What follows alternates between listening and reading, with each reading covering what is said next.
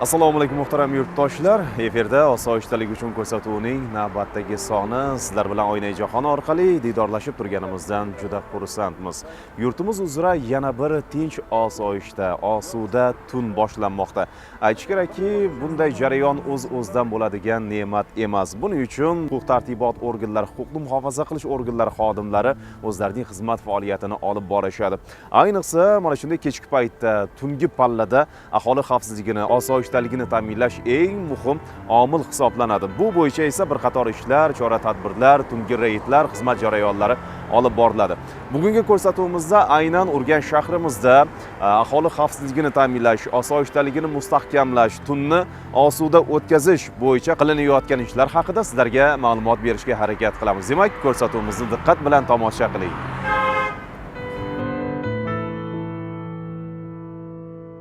Tungi osudalik. Siz va biz uchun bu odatiy holdek tuyulishi mumkin, lekin bu osudalik ortida qancha insonlarning zahmatli mehnati borligini kimdir o'ylaydi-yu, kimdir o'ylamasa ham kerak.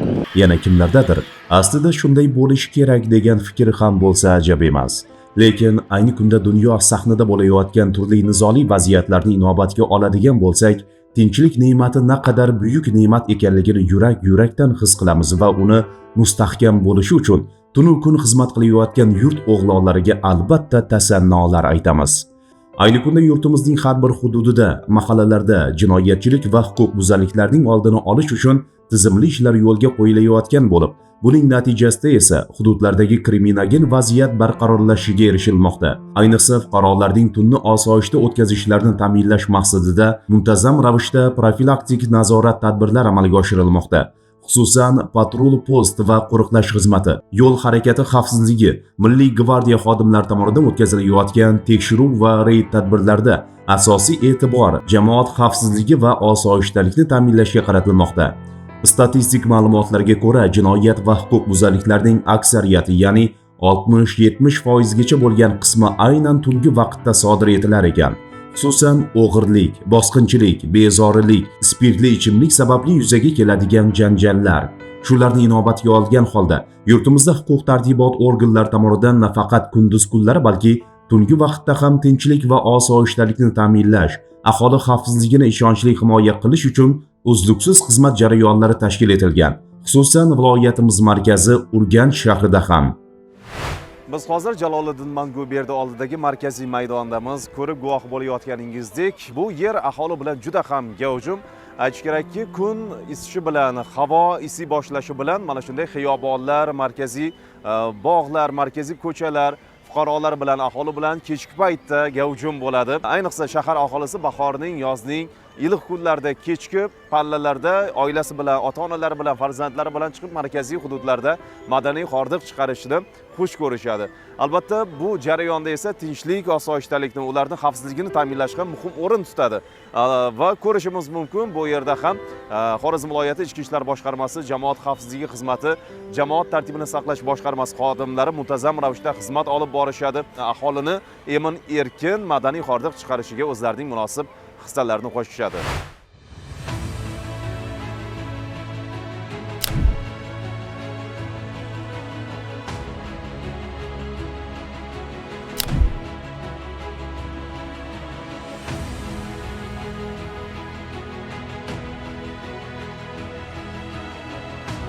Hurmatli teletomoshabinlar, meni suhbatdoshim viloyat Ichki ishlar boshqarmasi, jamoat tartibini saqlash boshqarmasi, patrul post xizmati batalyon komandiri mayor O'tkirbek Masharipov bo'ladilar. Assalomu alaykum. Assalomu alaykum. Xayrli kech O'tkirbek aka. Xizmat jarayonidan ozgina bo'lsa ham sizni bezovta qilib suhbatga tortyapmiz. Baribir tinchlik o'z-o'zidan bo'ladigan ne'mat emas. To'g'ri emasmi? Ayniqsa siz kabi xodimlarni tunu kun sadoqat bilan xalqimizga xizmat qilishi, jamoat tartibini saqlashi bu jarayonda eng muhim omil hisoblanadi. Xo'sh, asosan tungi paytda sizlar tomonidan, rahbariyat tomonidan tungi xizmat jarayoni qanday yo'lga qo'yilgan? Patrul xizmat xodimlari tomonidan tunda xizmat jarayoni kuchaytirilgan. Sababi tunda fuqarolarimiz tinch osuda dam olishlari uchun, ko'chada bemalol sayr qilib yurishlari uchun, kecha kunduz xizmatdan ertalab tongni yaxshi kayfiyatda qarshi olish uchun ertalabgacha xodimlarimiz beminnat xizmatda. Rahbariyatimiz bizga barcha shart-sharoitni yaratib bergan. Rahbarlar tomonidan yo'riqnoma ham o'tkazildi.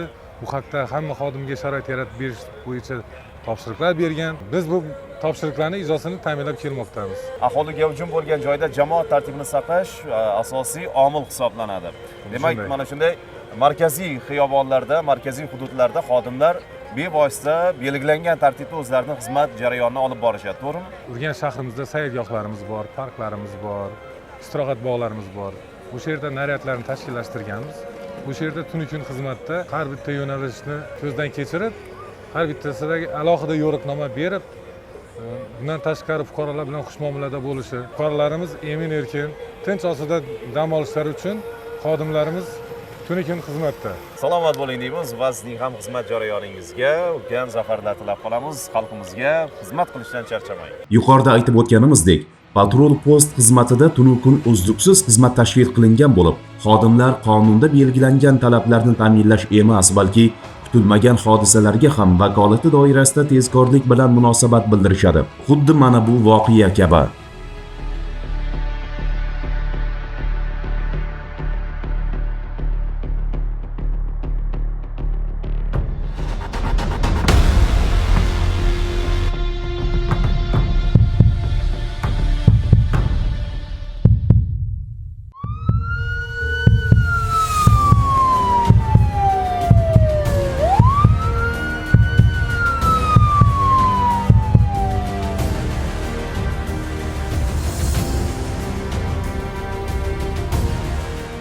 Soat 19:30larda patrul post xizmat xodimlari tomonidan bizga avtohalokat sababli tan jarohati olgan bemorni olib kelishdi. Bemorda bosh miya yopiq jarohati, peshona sohasi yetilgan jarohati va tanasida ko'plab shilingan jarohatlar borligi aniqlandi. Bemorga kerakli muolajalar qilindi va shoshilinch neyroxirurgiya bo'limiga yotqizildi.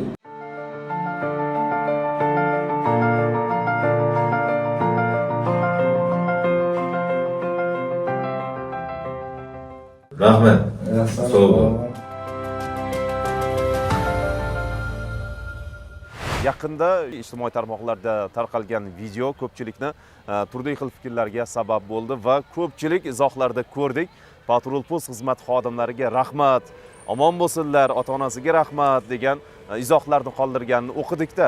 Baribir mana shu voqeani bevosita guvohi, ishtirokchisi bo'lganingizdan keyin o'zingizdan eshitsak, aslida qanday bo'ldi voqea? Joriy yilning 1-aprel kuni Al-Xorazmiy ko'cha va Xonqor ko'chasida avtopatrullar xizmat olib borgan paytimizda oldimizda harakatlanib ketayotgan traktor rusumli mashina piyodalar o'sha joyda harakatlanib ketayotgan piyodani voyaga yetmagan fuqaroni urib yuborganini guvohi bo'ldik. Va fuqaroga birinchi darhol tez tibbiy yordam ko'rsatildi. Va fuqaroni shoshilinch tibbiy markazga olib bordik darhol. Va shifokorlar voyaga yetmagan fuqaroga kerakli muolajalar qilishdi. Bunday noxush holatlar bo'lmasin-u, lekin baribir bo'lgan paytda siz kabi xodimlar mana shu kunduz bo'ladimi, tungi vaqtda bo'ladimi, xizmat jarayonini sadoqat bilan, sidqidildan, alohida bir e'tibor bilan olib boradigan xodimlarning borligi bizni juda xursand qiladi. Shu o'rinda haydovchilardan va piyodalardan yo'llarda harakatlanganda yo'l harakati qoidalariga amal qilib harakatlanishni so'rab qolamiz. Xalqimizga sadoqat bilan xizmat qilamiz. Tahlillar shuni ko'rsatmoqdaki, yo'llarda sodir bo'ladigan ayanchli yo'l transport hodisalarining aksariyat qismi afsuski aynan tungi vaqtda ro'y beradi. Yana kimlardir to'qlikka sho'xlik qilib, jamiyatda yurish-turish qoidalarini mensimasdan asosiy ko'chalarda drift o'tkazish holatlari ham asosan tungi vaqtda bo'ladi. Shulardan kelib chiqqan holda yo'l harakati xavfsizligi boshqarmasi tomonidan tungi xizmat jarayonlari ham muntazam ravishda o'tkazib kelinmoqda. Urganch shahrimizning markaziy ko'chalaridan birida viloyat ichki ishlar boshqarmasi, jamoat xavfsizligi xizmati, yo'l harakati xavfsizligi boshqarmasi, yo'l patrul inspektorlari tomonidan reydlar o'tkazilmoqda va bu jarayonda yuqorida aytganimizdek harakat xavfsizligini ta'minlash eng asosiy omillardan biri hisoblanadi. Meni yonimda viloyat ichki ishlar boshqarmasi, jamoat xavfsizligi xizmati, yo'l harakati xavfsizligi boshqarmasi axborot xizmati rahbari kapitan Shavkat Bobojonov turibdilar. Ular bilan bevosita tungi paytda olib boriladigan xizmatlar, o'tkaziladigan reydlar va ularning natijalari haqida suhbatlashishni niyat qilganmiz. Assalomu alaykum. Assalomu alaykum. Tungi paytda yo'l harakati xavfsizligi xizmati tomonidan, yo'l patrul inspektorlari tomonidan olib boriladigan xizmatlar haqida bir ma'lumot berib o'tsangiz. Tungi vaqtlarda bizda nazorat reyd tadbirlarimiz kuchaytirilgan tartibda olib bormoqda. asosan ushbu tungi nazorat reyd tadbirlarimizga butun ichki ishlar organlari xodimlari jalb qilingan bo'lib, sohaviy xizmat xodimlari va tegishli tashkilotlar bilan hamkorlikda tungi reyd tadbirlarini o'tkazmoqdamiz. Bundan asosiy ko'zlangan maqsadimiz bizning viloyatimiz hududida yo'l transport hodisalari tahlil qilinganida aksariyat yo'l transport hodisalarimizni haydovchilik huquqi bo'lmagan shaxslarning avtomashina boshqarishi, tezlik me'yorlariga amal qilmasdan tezlikni oshirishi oqibatida va spirtli ichimlik iste'mol qilib mast holda avtomashina boshqarishi kabi holatlarda yo'l transport hodisalarimiz sodir etilmoqda. Asosan yo'l transport hodisalarimiz tungi vaqtlarda sodir etilayotganligi inobatga olingan holda belgilangan tartibda asosiy kuch va vositalarimizni tungi reyd tadbirlarga qaratamiz va belgilangan tartibda ushbu tungi vaqtlarda qo'pol turdagi qoidabuzarlikni sodir qilayotgan haydovchilarimizni aniqlab, ularga tegishli tartibda qonuniy ta'sir choralari ko'rilishi ta'minlanmoqda. Tungi vaqtda xizmat jarayonlarini olib borish ancha mas'uliyat talab etadi, ancha mashaqqatli. Yuqorida aytib o'tganingizdek, har xil vaziyatdagi haydovchilarga duch kelishi mumkin va bu jarayonda esa mana shu xizmatni to'laqonli amalga oshirishni yo'l patrul xizmati inspektorlaridan juda katta kuch talab etadi. To'g'ri emasmi? Asosan yo'l patrul xizmati inspektorlarimizga bugungi kunda zamonaviy texnologiyalardan foydalangan holda ularni zarur kuch va vositalar bilan ta'minlaganmiz. Bevosita ularning qo'lida elektron planshetlar, elektroshokerlar va ushbu jarayonda yo'l patrul xizmati inspektorlarimiz faqat o'zlari emas, yonida sohaviy xizmat xodimlari ham mas'ul etib belgilangan. Afsuski ushbu o'tkazilayotgan reyd tadbirlarimiz davomida spirtli ichimlik iste'mol qilib mast holda avtomashina boshqarish holatlari ham aniqlanib turibdi. Belgilangan tartibda ushbu to'xtatilgan avtomashinalarning hujjatlari tekshirilgan vaqtda hali haydovchilik huquqiga ega bo'lmagan, voyaga yetmagan yoshlarimiz tomonidan avtomashina boshqarish holatlari aniqlanib turibdi va bevosita ushbu yo'l patrul xizmati inspektorlarimiz ularni harakati vaqtida to'xtatilib turibdi va belgilangan tartibda ularni boshqaruvidagi transport vositalari vaqtinchalik ushlab turish uchun jarima maydonchasiga joylashtirilmoqda. Endi asosan ijtimoiy tarmoqlarda ko'zimiz tushib qoladi. Haydovchilarni drift o'tkazish jarayonlari kuzatiladi.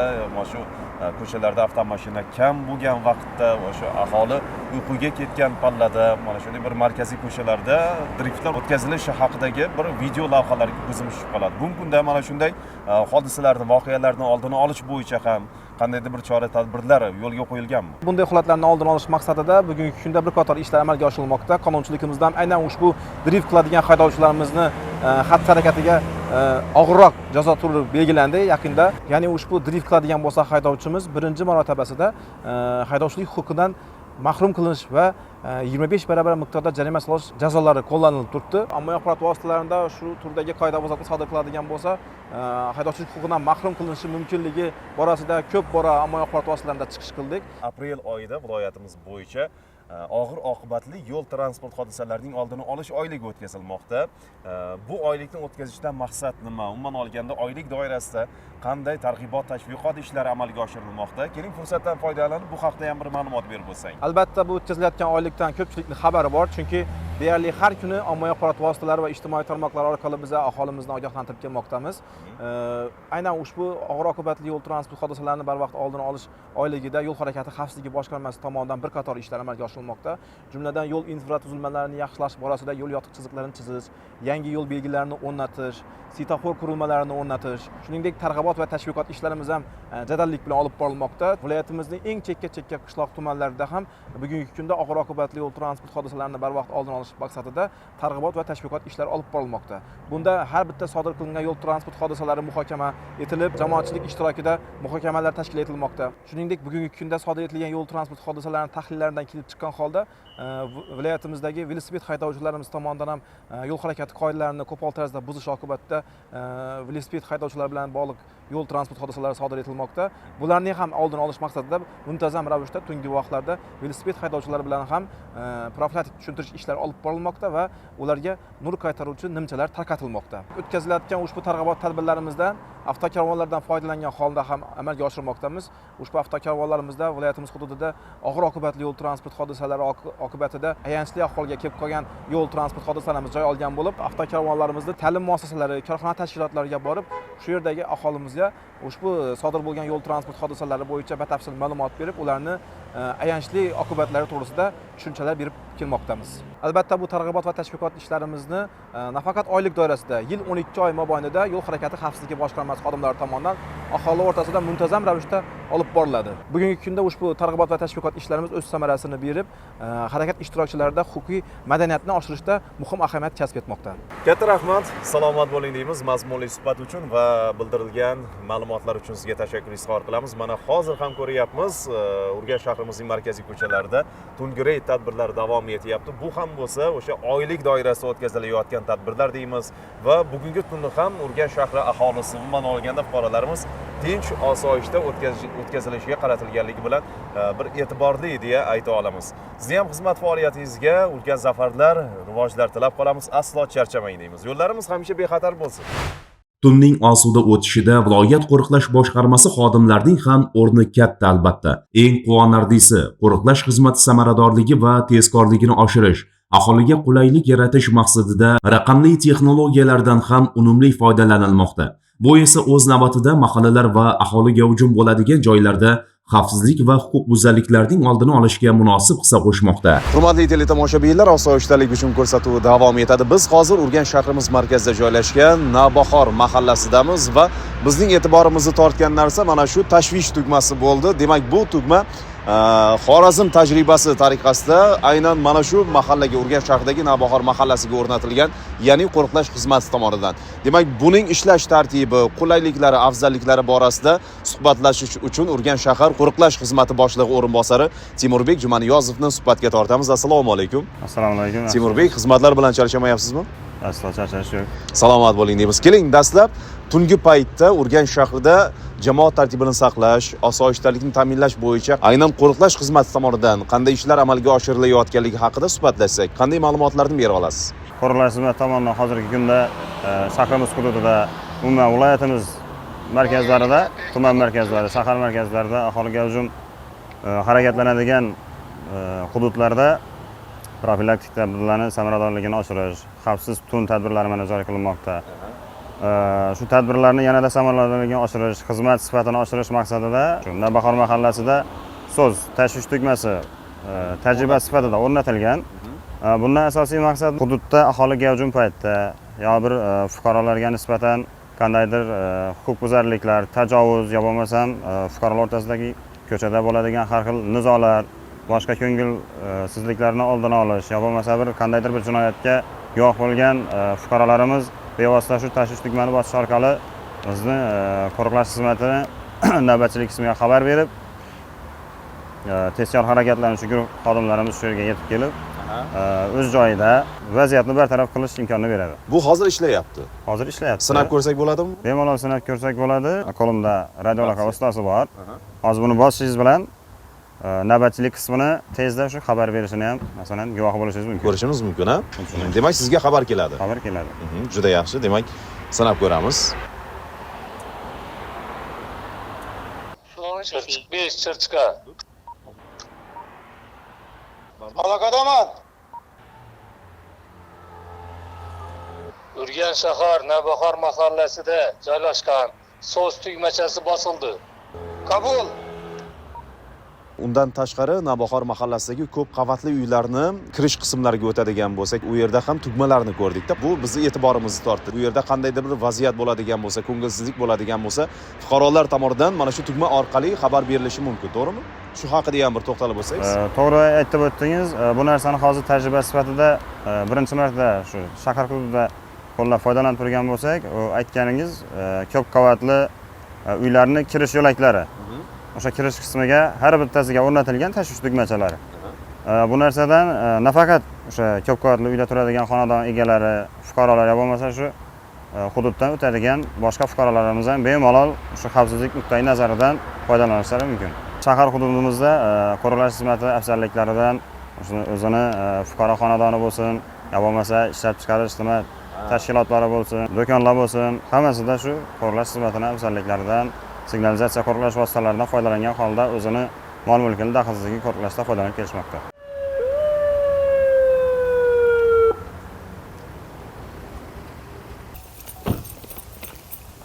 O'rtoq boshliq, tezkor harakatlanuvchi guruh tashvish xabar tushgan obyektga yetib keldi. Axborot beruvchi Serhat Nurmetov. Yigitlar tashvish tugmasini sinov tariqasida bosdik. xizmat davom qildiring. Xo'p, bo'ladi. Boya aytganimizdek, navbatchilik qismi tashqi xabarni qabul qilib olishi bilan shu hududga yaqin qaysi ekipaj bo'ladigan bo'lsa, bevosita birinchi navbatda o'sha ekipajga komanda beradi. Shu o'rinda yana bitta narsaga e'tibor qaratishni so'rayman. Agar e'tibor qilgan bo'lsangiz, qurilmaning tepa qismida 360 gradusli o'sha kamera o'rnatilgan. Kamerani o'rnatishdan maqsad birinchi navbatda shu qurilmaning xavfsizligini nazorat qilish maqsadida o'rnatilgan. Undan tashqari o'sha tashvish xabari bo'yicha xabar bergan fuqaroni kimligini, shaxsini tasdiqlash uchun bizga bevosita yordam beradi. Yana bir tarafi, agar fuqarolarimiz o'rtasida shunchaki sinash maqsadida yolg'on xabar berish uchun, sinab ko'rish uchun agar bosiladigan bo'lsa, o'sha fuqaroni ham bevosita kimligini, shaxsini aniqlash uchun bu video kuzatuv moslamasiga o'sha yozib olinadi. Shu o'rinda fuqarolarimizdan tashvish xabari qurilmasidan faqat o'sha zarurat bo'lgan hollarda foydalanishlarini so'rayman. Agar bu narsa shunchaki bosib ko'riladigan bo'lsa, yolg'on chaqiruv berganligi uchun qonunchilikda belgilangan tartibda o'sha jazo choralari qo'llanishiga sabab bo'ladi. So'z tashvish tugmasi shahrimizning boshqa bir hududlariga ham o'rnatilsa maqsadga muvofiq bo'lardi. Chunki mana tezkorlikni ko'rdik haqiqatan ham. Bu yurtimizda, shahrimizda tinchlik, osoyishtalikni ta'minlashga, muntazam bir maromda ishlashga hissa qo'shadigan bir uskuna, bir yordam desak to'g'ri bo'ladi.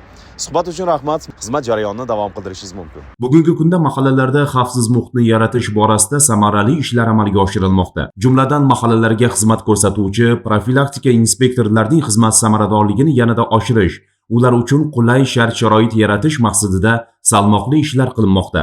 Buning natijasida esa profilaktika inspektori ichki ishlar organlarining mahalladagi vakili emas, aksincha mahallaning ichki ishlar organlaridagi vakiliga aylandi desak hech mubolag'a bo'lmaydi. Mana azizlar, ijodiy jarayonimiz, syomka jarayoni davom etyapti. Biz hozir Urganch shahri markazidagi Navbahor mahallasidamiz. Deyarli tun yarimlab qoldi. Xudoga shukr, yurtimiz, shahrimiz tinch, osoyishta, xususan Navbahor mahallasida ham aholi mana ko'p xonadonli uylarda bevosita tunni tinch osida o'tkazyapti. Ushbu mahallada tungi paytda, kunduzgi vaqtda tinchlik, osoyishtalikni ta'minlash, huquqbuzarliklarning oldini olish borasida suhbatlashish uchun mahalla profilaktika inspektori mayor Jumaniyoz Aminovni suhbatga tortmoqchimiz. Assalomu alaykum. Jumaniyoz, bugungi kunda ushbu Navbahor mahallasida osoyishtalikni, osudalikni ta'minlash bo'yicha qanday ishlar qilingan, umuman olganda kriminogin vaziyatni barqarorlashtirish bo'yicha qilinayotgan ishlar haqida ham bir ma'lumot berib o'tsangiz. Shu Urganch shahar Navbahor mahallasi bu Qizil mahalla toifasiga kiradi. O'zbekiston Respublikasi Prezidentining 2025-3-yanvarda PK 1-sonli qarori qabul qilindi. Shu respublika mahallalarida xavfsiz muhitni yaratish, huquqbuzarlik, jinoyatchilikni barvaqt oldini olish bo'yicha shu qaror qabul qilindi. Qarorda ko'rsatilganda Qizil mahallalarda kamida 2 tadan namunali xavfsiz ko'cha, 5 tadan namunali xavfsiz yo'lak tashkil etildi. Shu jumladan bizning mahallamizda ham bu yo'lak bilan ko'chalar tashkil etilgan. Shuni birsi shu turgan yo'lakimiz. Endi nimasi bilan xavfsiz deya olamiz? Buni xavfsizligi yoritish chiroqlari o'rnatilgan, ko'p qavatli uyning kirish har bir yo'lagina domofonlar o'rnatildi. Qo'riqlash boshqarmasi tomonidan tashvish tugmalari o'rnatilgan. O'rnatishdan maqsad shu mahallada fuqarolar uchun osoyishta muhitni tashkil qilib, shu jinoyatchilikni, huquqbuzarliklarni barvaqt oldini olish. Bugungi kunda o'sha jinoyatchiliklarni aniqlashda, oldini olishda kameralashtirish tizimi ham o'zining samarasini beryapti. Ishonamiz, bu Navbahor mahallasida ham deyarli barcha hududlar, aholiga hujum bo'ladigan joylar, mana bozor kiradi, dehqon bozori.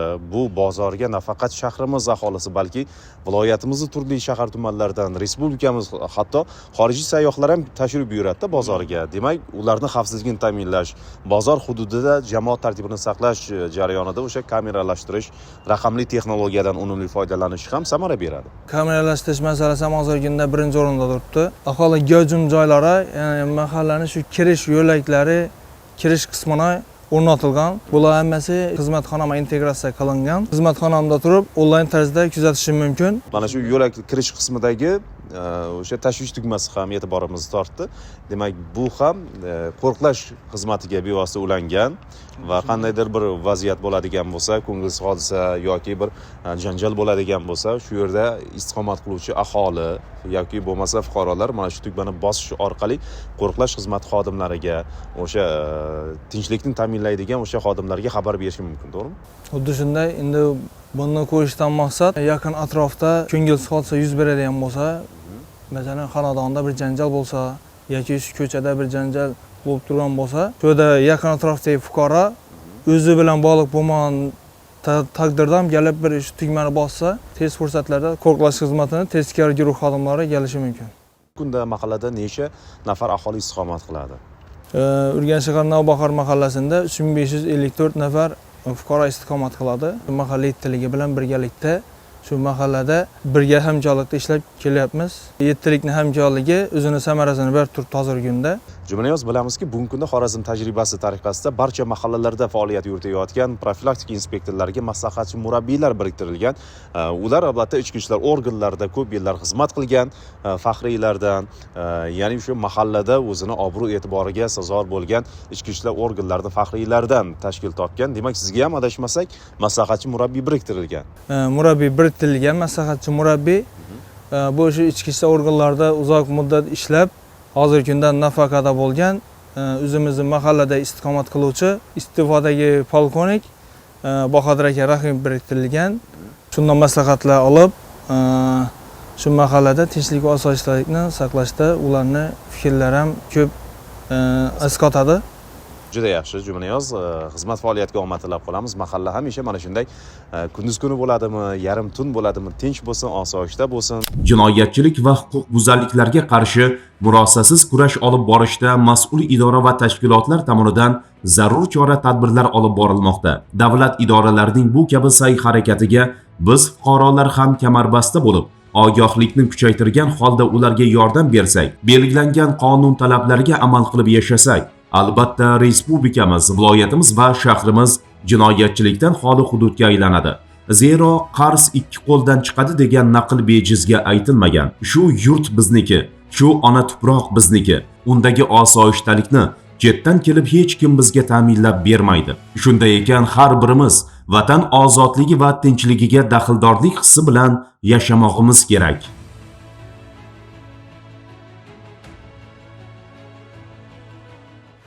Hurmatli teletomoshabinlar, osoyishtalik uchun ko'rsatuvining bu galgi soni ham o'z nihoyasiga yetib bormoqda va ko'rsatuvimiz davomida ko'rib guvoh bo'lganingizdek, tungi paytda Urganch shahrida tinchlik, osoyishtalikni ta'minlash, fuqarolarning xavfsizligini muhofaza qilish borasida qilinayotgan ishlar haqida so'z yuritdik. Osoyishtalik uchun ko'rsatuvida osoyishtalikda ko'rishguncha xayr, omon bo'linglar.